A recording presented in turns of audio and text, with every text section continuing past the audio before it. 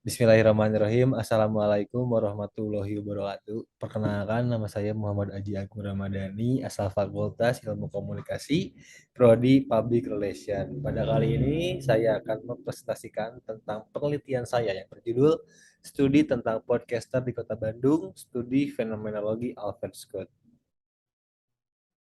Pada konteks penelitian ada 3 poin yang saya akan jelaskan. Yang pertama ada perkembangan media digital. Perkembangan media digital yang sangat pesat membuat munculnya berbagai macam media digital yang baru, salah satunya podcast.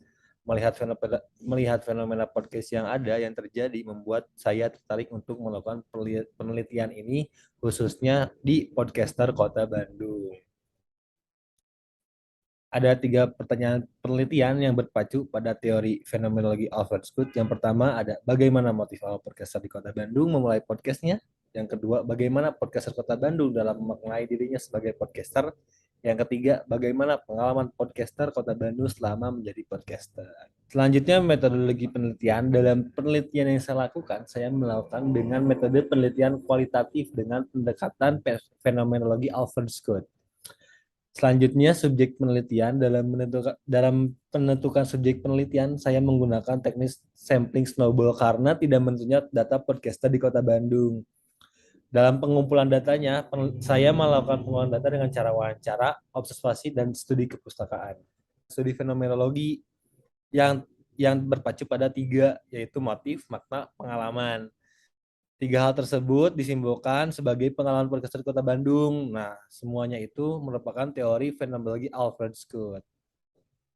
Lalu pembahasan yang pertama ada pembahasan motif. Setelah saya melakukan penelitian ini, saya mendapatkan berbagai macam motif para podcaster untuk menjalankan sebuah podcast. Akan tetapi, saya membaginya menjadi 2 kelompok karena berpacu pada teori fenomenologi Alfred Scott. Yang pertama, because motif. Because motif merupakan alasan para podcaster karena mereka memiliki kejadian tertentu di masa lalunya yang dilalui para podcaster. Yang kedua ada in order to motive, alasan yang dimana mereka memiliki tujuan untuk menjalankan sebuah podcast. Seperti itu. Lalu pembahasan pengalaman, setelah saya melakukan wawancara kepada semua narasumber, saya mendapati berbagai pengalaman yang mereka rasakan. Diawali dengan pertama kali take podcast, kesulitan pertama kali, menentukan pembahasan podcast, persiapan, interaksi dengan pendengar atau podcaster lain, melakukan promosi, perasaan setelah menjadi podcaster, dan penghasilan.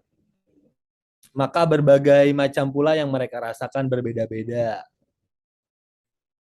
Selanjutnya pembahasan mengenai makna. Para podcaster bisa memaknai dirinya sendiri sebagai podcaster yang berbeda-beda karena mengalami pengalaman-pengalaman yang berbeda. Ada podcaster yang memaknai dirinya sebagai seniman, seseorang yang memberikan informasi, mengedukasi, influencer, atau pengembangan diri. Yang terakhir, kesimpulan. Terdapat 2 motif yang berbeda, yaitu because motif dan in order to motif, yang membuat para podcaster pada akhirnya membuat sebuah podcast. Lalu, terdapat berbagai macam pengalaman dari para podcaster dari awal menjalani sebuah podcast hingga saat ini. Yang terakhir, adanya makna yang terbentuk dari narasumber setelah menjalankan sebuah podcast pada dirinya masing-masing. Karena tentunya setiap narasumber memiliki pemaknaannya masing-masing terhadap dirinya sebagai podcaster. Podcast tadi dimaknai sebagai seseorang yang memberikan informasi, edukasi seseorang yang bebas berekspresi dan pengembangan diri dan seniman. Sekian penelitian yang saya lakukan. Terima kasih.